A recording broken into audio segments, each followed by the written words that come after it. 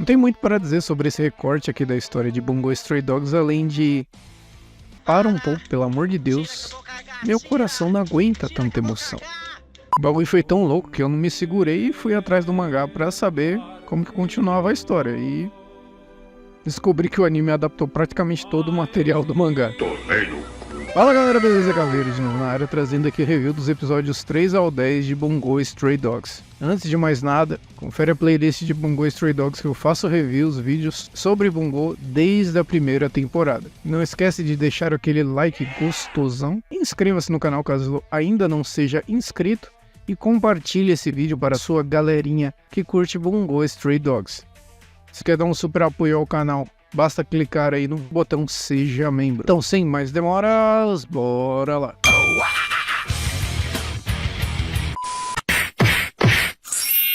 Encontrei no shopping este baitolão aqui, porra. Você me bloqueou no Twitter? Não. Você fala a verdade, você me bloqueou sim. Não bloqueei. Eu vou mostrar o print, você bloqueou. É o print, porra, né? Eu só boto piroca na minha bunda quando o tio Sam chupar o meu grelhinho. Quando ele deixar minha xoxota molhadinha. Quando ele provoca as putas de Copacabana. Como é que se chupa uma banana? Vai lá, porra! Vai todo mundo pro caralho! É miado, né, velho? Não. É o que, então? Eu sou 50-50, pá. 50-50 o quê, rapaz? Se vacilar, você dá o cu e virar 100%. Santana, acabe com ela. Ai! Morri! Continuando a partir dos acontecimentos do segundo episódio, o Fukushi encurrala o nosso Tigromen. Temos então uma breve menção a como o Akutagawa entrou para a máfia do Porto e por que ele ser meio que a putinha ali do Dazai e tal. Além do que é mostrado que o casaco preto que ele utiliza é aquele casaco que o Dazai usava no período em que ele era da máfia do Porto. O Akutagawa então entra em cena e ele e o Atsushi veem uma oportunidade de acabar com o conflito, podendo assim matar o Fukushi, pegar a página dele ali e todo mundo viver feliz e contente inocentando a agência de detetives armados. Nessa luta a gente vê em prática pela primeira vez a habilidade do Fukushi, que é o Mirror Lion. Basicamente ele aumenta o poder de toda a arma que está na mão dele em 100 vezes. Tudo que ele usar como arma aumenta sua capacidade mortal, tanto que ele luta contra o Akutagawa usando uma barra ali do navio e consegue derrubar o Atsushi tacando uma pedrinha. Se já não bastasse isso, ele também é um cão de caça que, como foi falado anteriormente, possui uma capacidade física aumentada devido a experimentos que o governo fez com eles. Além disso, em seu arsenal ele possui a lendária espada Shinto Amenogozen, descrita como a espada do tempo e espaço, tendo sido forjada há 1500 anos atrás por ferreiros com poderes paranormais, sendo um artefato cerimonial até então.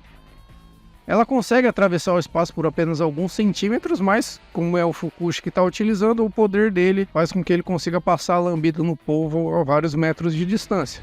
A luta é conduzida de uma maneira bem interessante e aqui nessa temporada temos as melhores lutas de Bungo. Um fator interessante de como ela é conduzida é que por diversas vezes existe um foco em mostrar o relógio ali no topo do navio. Isso é uma coisa que vai ser bastante importante no final da luta. Como mostrado pela insistência do Dazai isso desde a primeira temporada, a união do Atsushi e do Akutagawa acaba surtindo efeito, já que eles conseguem encurralar o bigodudo e conseguem vencer o confronto. Aê, caralho, que legal! Como eu falei, a sequência foca bastante ali no relógio e momentos depois deles conseguirem derrotar o Fukushi, começa a retroceder o tempo. A gente tem toda a sequência da vitória dos protagonistas, o ataque deles ali sendo mostrados em reverso, até antes do Atsushi atingir o Fukushi, mostrando a Amenogozen surgindo e acertando o Atsushi para salvar o líder da decadência dos anjos no último instante. Basicamente, o filho da puta consegue cortar as coisas que aconteceram no passado, né? Por isso que ela chama Espada do Espaço e Tempo. E agora, Giovanni? A trilha sonora de toda a quinta temporada, né, é muito boa, mas a música de fundo que é executada nessa parte é espetacular. Ela traz esse sentimento do que tá acontecendo, basicamente. Sendo assim, o Akutagawa acaba sendo ferido mortalmente e o Atsushi consegue fugir. Como eu comecei o vídeo falando o quanto essa temporada tem inúmeras reviravoltas e coisas acontecendo uma atrás da outra, quando pensávamos que o Akutagawa ia morrer, o Fukushi, que só nesse episódio foi responsável por umas 50 reviravoltas, tira mais uma da cartola, revelando assim o último membro da decadência dos anjos, Bram Stoker. Claramente, se você não viveu em uma caverna ou em um caixão, é baseado no autor que popularizou o Drácula como uma figura proeminente da cultura pop moderna. E aqui em Bungo Stray Dogs, basicamente ele tem o poder paranormal vampírico que transforma até mesmo os mortos em vampiros. E esse é um fator que pode vir a fomentar diversas teorias sobre o futuro de Bungo Stray Dogs. É dito que o Bram, na verdade, é inimigo do Fukushi, foi derrotado por ele no passado e hoje vive preso através de uma espada sagrada, e ele é usado apenas como uma ferramenta. E não só o Akutagawa, mas basicamente boa parcela da humanidade é transformada em vampiro, ficando todos sob o controle do Fukushi. Ele usa isso para basicamente colocar todo o governo mundial de joelhos. Além disso, a habilidade do Fukushi serve para potencializar ainda mais a habilidade do Bram. Então é o hack do hack que o maluco usa, tá ligado?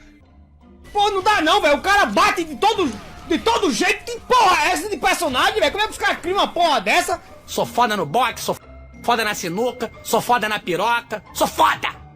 Então, moleque, muito doido. Ao longo desses episódios temos o Tashihara, que é aquele membro infiltrado na máfia do Porto. Ele se revela um cão de caça no final da temporada passada. Nikki e o Mori descobre isso facilmente, porque o Mori é mais liso que baga ensaboado, né? Como ele é um personagem extremamente inteligente, é um personagem muito foda, eu gosto bastante do Mori. Ao invés de torturar o Tashihara, de matar ele e o caralho a quatro, ele basicamente faz com que o moleque seja um agente duplo. Usando inclusive o fato do Tashihara ter bastante afinidade ali com o pessoal da máfia do Porto. Como eu falei, como eu sempre disse desde o começo, o Mori ele é um personagem espetacular. É interessante porque ao longo da história ele sempre beneficiou a máfia do Porto de alguma maneira. No conflito com os mímicos, ele conseguiu o alvará que permitia a máfia do Porto a ter paranormais agindo legalmente sobre ela, né? E nessa parte da história, ele já conseguiu recrutar a Yusano ali, com aquele acordo que ele fez com o Fukuzawa, e agora tem um agente duplo infiltrado no governo. A gente vai ter que esperar um pouco o andamento dos próximos capítulos do mangá, até porque o próximo episódio aqui do anime vai ser o último dessa temporada, e acaba que deve revelar pouca coisa sobre o futuro aqui da obra, o futuro aqui de Bungo, mas de qualquer maneira, tirando esse momento, o Mori tá muito quieto ao longo dos acontecimentos dessa parte da história aqui de Bungo. A gente precisa lembrar que ele, apesar de tudo, é extremamente fiel e adepto da estrutura tripartida idealizada ali pelo Soseki Natsume. E diferente do Fukuzawa, ele tende a adotar uma postura mais subversiva, agindo meio que na encolha ali, por debaixo dos panos e tal. Sendo assim, a gente tem personagens como o Ke, ou a Koyo mesmo, além de outros que deram apenas as caras nas novels, filiados à máfia do Porto, que ainda não apareceram. Sendo assim, eu acredito que tanto o Mori quanto a máfia do Porto, e até alguns membros da guilda também, devem ser um fator determinante nos acontecimentos futuros aqui de Bungo Stray Dogs. Joga uma brincadeirinha dessa no peito do teu pai. O Tashihara acaba confrontando o Fukushi e a habilidade dele, a Midwinter Memento, basicamente é uma ferrocinese ou uma metalcinese, enfim, que garante a capacidade de controlar todos os metais que estejam próximos a ele. Até como o Mori prevê, ela seria meio que a contramedida perfeita ao Fukushi e a Menogozen, já que a despeito de suas propriedades miraculosas, ainda é uma espada feita de metal. Apesar disso, tudo vai meio que por água abaixo, que além de ser roubado em diversas maneiras, o Fukushi é extremamente precavido e experiente. Ele é um soldado ali, ele é um cara da guerra há muitos anos, conseguindo atrair o Tashihara para uma armadilha que ele já tinha deixado armado, transformando assim o rapaz em mais um de seus vampirinhos sapecuchos. Mas peraí, o que significa esse T? Fim! Mas fim, não tem T. Fim do estado! Meteu essa? Tem um momento interessante que o Fukushi diz ao Takahashi que a decadência dos anjos visa a destruição e que a figura dos anjos para ele seriam os governantes que fazem o povo sofrer e morrer em guerra, além de incitar a população que não foi para o combate que glorifique a guerra e os feitos realizados em combate, transformando figuras como generais e soldados em grandes heróis. Eu achei esse conceito muito interessante de como, historicamente, a humanidade tende a glorificar figuras que fizeram coisas terríveis durante guerras em gloriosas vitórias e indivíduos monstruosos em virtuosos heróis. A gente pode exemplificar diversas figuras, né? Ou basicamente todas as figuras, desde a Joana Dark, que era uma criança basicamente, usada ali como figura de liderança e posteriormente queimada como uma herege. A gente tem também o George Bush, que criou toda aquela narrativa de vingança, porque o Talibã tentou matar o pai dele, além de usar o 11 de setembro como uma desculpa para criar a guerra contra o terror, como ele mesmo falou, para ali atacar o Iraque e tudo mais. E até os próprios grupos terroristas que pintam o Ocidente como infiéis, pecadores e imperialistas, aquela coisa toda, né? Usando isso como desculpa para atacar o Ocidente. Se a gente pegar até no Brasil, uma figura reverenciada recentemente, que é o Lampião, dependendo da narrativa ele é pintado como um herói, mas se você for estudar a fundo mesmo a figura dele, fez inúmeras atrocidades ao longo de sua vida. Como eu sempre falo, cara, apesar dessa cara de animizão tal, com cabelos coloridos, estilosos e essa estética maluquinha ai ai ai, Bungo Stray Dogs é muito mais profundo do que parece. O Fukushi basicamente está lutando contra todo um sistema que glorifica a morte e a narrativa de um lado, e geralmente o lado vitorioso. Ninguém se importa com um soldado que morre no campo de batalha, de fome ali e tal. A humanidade tende a romantizar conflitos e não percebem que existem inúmeras questões e motivos escusos que justificam as guerras. Governantes que criam uma narrativa para basicamente inflamar a população para apoiar aquela guerra. E isso de todos os lados. No final acaba sendo uma questão de quem conta a melhor história, ou quem sabe contar melhor uma história basicamente. O lance dos anjos que o Fukushi diz querer combater são governantes que guiam os mortais como meros números sem se importar se vão sofrer, morrer de fome, de frio ou de bala, basicamente. A revolta dele se dá exatamente porque aqui no universo de Bungo, ele é exaltado como um grande herói. E isso é uma coisa que atormenta bastante o Fukushi, já que inúmeros de seus companheiros morreram de maneiras cruéis no campo de batalha. É uma atitude radical que ele está fazendo, mas basicamente visa a destruição do Estado para que futuramente o povo não sofra frente à crueldade de seus governantes. Vale um destaque de como Kafka Asagiri, o autor de Bungo, consegue resolver de maneira inteligente e crível os problemas que a história de Bungo possui. O Tashihara, até pela natureza de seu poder, seria o oposto perfeito ao Fukushi. E, querendo ou não, ele conseguiu direcionar isso de uma maneira condizente para que Tashihara não ficasse jogado de canto na história. Até o próprio poder do Dazai serviria para resolver diversos problemas. Ele conseguiu dar motivos coerentes para que ele ficasse isolado a essa altura da história. É bem bacana, no final das contas, como ele consegue conduzir todas as questões de Bungo de uma maneira satisfatória e sem ser forçado demais. Até esse momento, a humanidade ainda não tinha ciência das reais intenções do Fukushi, e devido à pandemia vampírica que assolava a humanidade, ele pede para a ONU o One Order, artefato paranormal que dá ao seu detentor o poder pleno sobre suas tropas comandadas. É, de certo modo, um pouco semelhante ao poder do Fukuzawa. E é muito interessante a maneira de como isso é descrito aqui pra gente. Em uma reunião dos membros da agência, eles levantam a pergunta de quantas balas são necessárias para matar alguém em uma guerra. Chegando à conclusão que é mais ou menos 20 mil balas, mas é bala que são uma porra. E esse fato se deve porque na maioria dos casos, os seres humanos naturalmente não querem matar outra pessoa. Isso salva exceções de psicopatas e gente com instinto assassino e o cara é 4, né? Mas se a gente levar em conta que em sua maioria soldados de infantaria são jovens e recém-integrados ao exército ali, né? Quase que todos nem querendo estar ali. Então o One Order ele vem pra suprimir quase que essa empatia de quem tá no campo de batalha, né? Então os soldados eles agem de acordo com a vontade de seu líder, basicamente. Vendo o perigo que essa ferramenta é, e até o momento a gente não tem como ela foi forjada ou como ela foi criada, basicamente.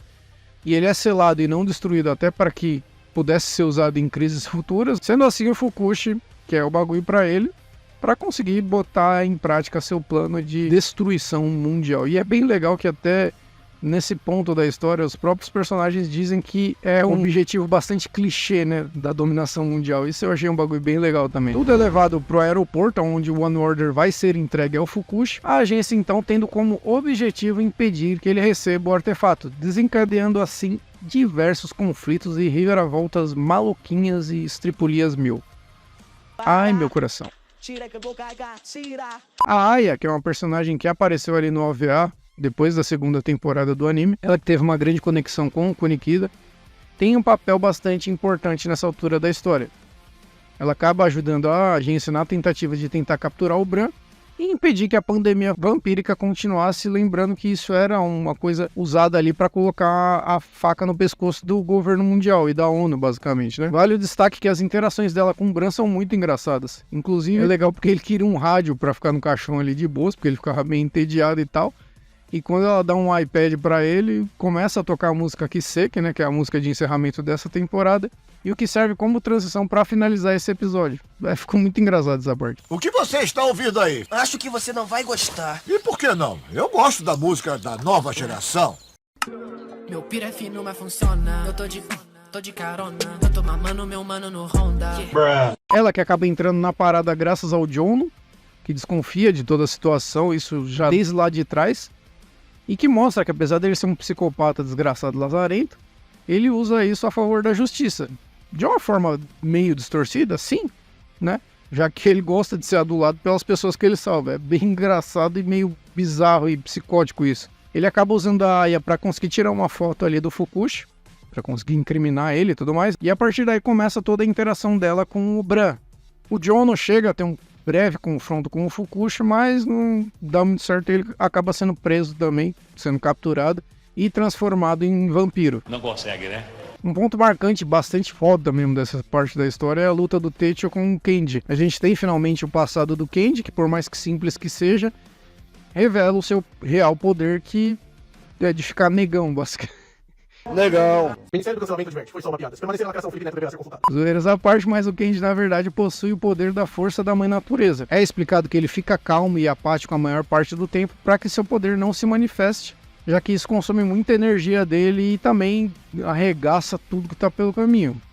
A luta é espetacular, ficou muito da hora mesmo. E pela primeira vez a gente tem um cão de caça sendo derrotado. E eu sempre confiei no Kenji, esse moleque é muito foda. Antes de tudo isso, o Techo tinha cortado um avião em pedaços, né? Fácil pra caralho, chega a ser até engraçado essa cena.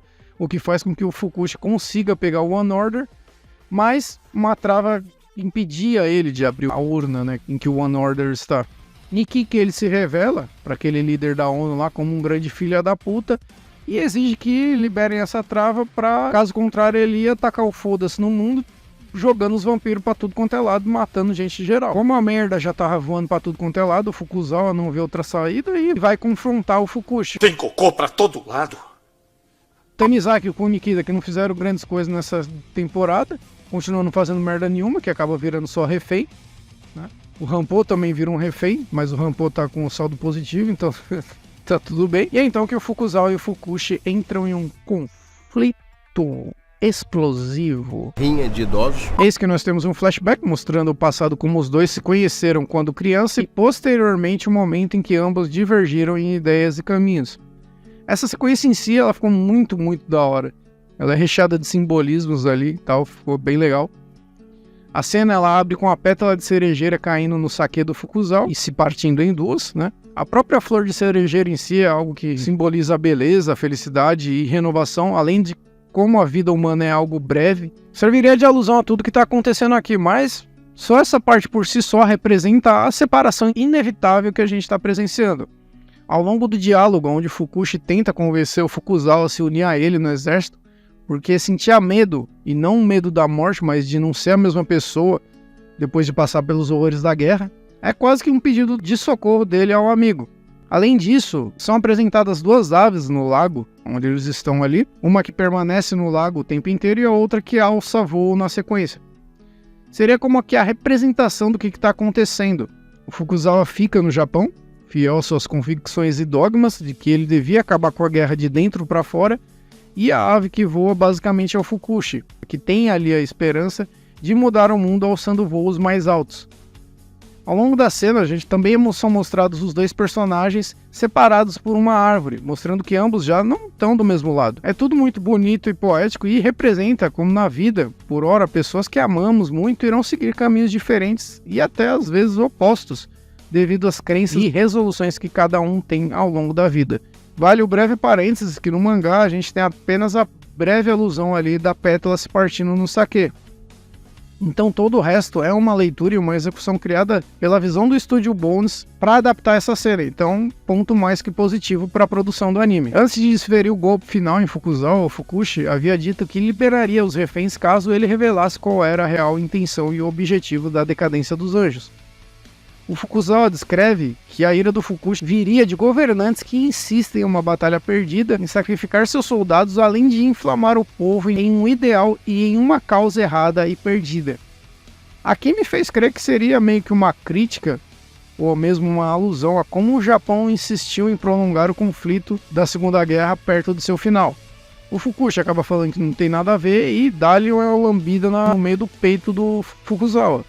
É deixado meio que em aberto se o Fukuzawa morreu ou não, até porque teve um monte de gente que foi furada ao longo da história de Bungo e não aconteceu nada, né? A pessoa seguiu plena. Aliado a isso, em paralelo, também é mostrado que a Teruko revelou pro Atsushi qual era o real plano, qual era o real objetivo da decadência dos anjos, isso sem revelar ao público, né? Sem revelar pra gente, basicamente, que faz com que o Atsushi saia correndo que nem um retardado pra tentar salvar os seus amigos, mas deixa ele meio biruleibe das ideias, deixa ele meio conflitante devido à revelação que lhe fora falada. A gente tem então o pior dos cenários acontecendo, praticamente toda a agência está nocauteada ou mortalmente ferida, né? O Atsushi toma uma surra de pau mole do Akutagawa vampiro ali, arranca um braço e uma perna dele. A Aya tá no alto de uma torre tentando tirar a espada do Bran ali, que aprisiona ele e tudo mais, pra tentar pelo menos impedir o avanço das tropas vampíricas e tentar impedir o Fukushi de alguma maneira, sendo que ele, em posse do One Order, dá o comando pra que o pau tore botando pra fuder, né? Tem até míssil indo em direção às cidades aí e tal. Ele ativa ogiva nuclear e o cara é 4. Deixa assim a resolução pro próximo episódio e pros próximos capítulos do mangá.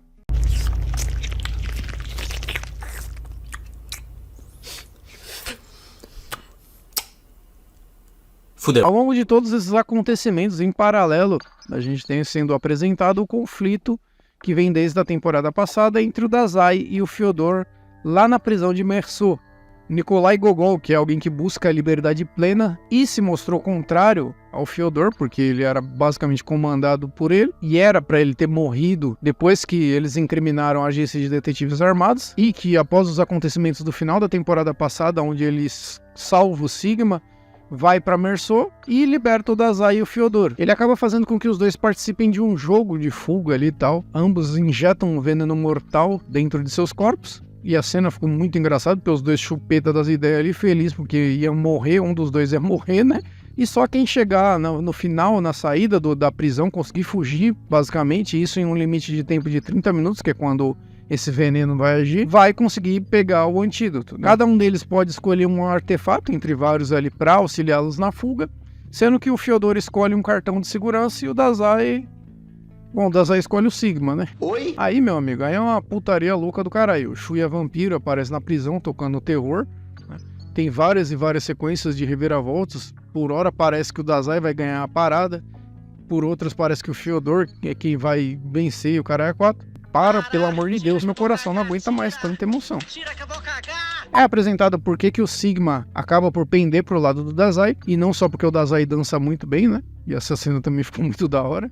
Mas o Sigma percebe que o Dazai tá disposto a tudo para salvar seus companheiros. O Dazai revela que escolheu o Sigma porque o poder dele consegue revelar tudo que tá na mente de uma pessoa. Então a ideia dele era fazer o Sigma tocar no Fyodor, mesmo se o Fyodor tivesse morto, para conseguir descobrir qual que eram os planos do Fyodor em relação ao que está acontecendo no aeroporto. E assim salvar o pessoal da agência.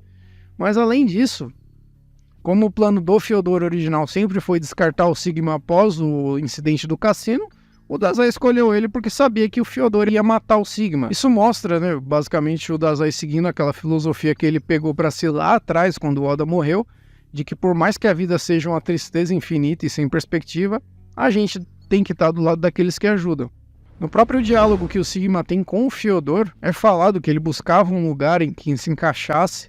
O Sigma diz por diversas vezes que ele busca a sua casa e tudo mais, um lugar para ser dele, né? Mas que não era uma casa especificamente, mas um lar, né? Um lugar onde ele se sentisse pertencente àquele ambiente. Como ele viu toda essa empatia, todo esse companheirismo por parte do Dazai seria a agência de detetives armados. E é uma coisa que o Sigma, como foi criado basicamente pelo poder do livro ou ali da página, que seja, né? Ele basicamente não se sentia pertencente a lugar algum onde ele estivesse, já que ele não passa de um personagem criado e esse vazio é algo que o atormentava profundamente. Até por ser alguém que tem 3 anos de vida, basicamente, o Sigma cai na lábia do Fyodor, que finge ter dupla personalidade, tipo aquela mina que apareceu no Fantástico e tal. Foi o gatilho para a identidade Laura também falar. O que é isso que vocês estão falando de mim?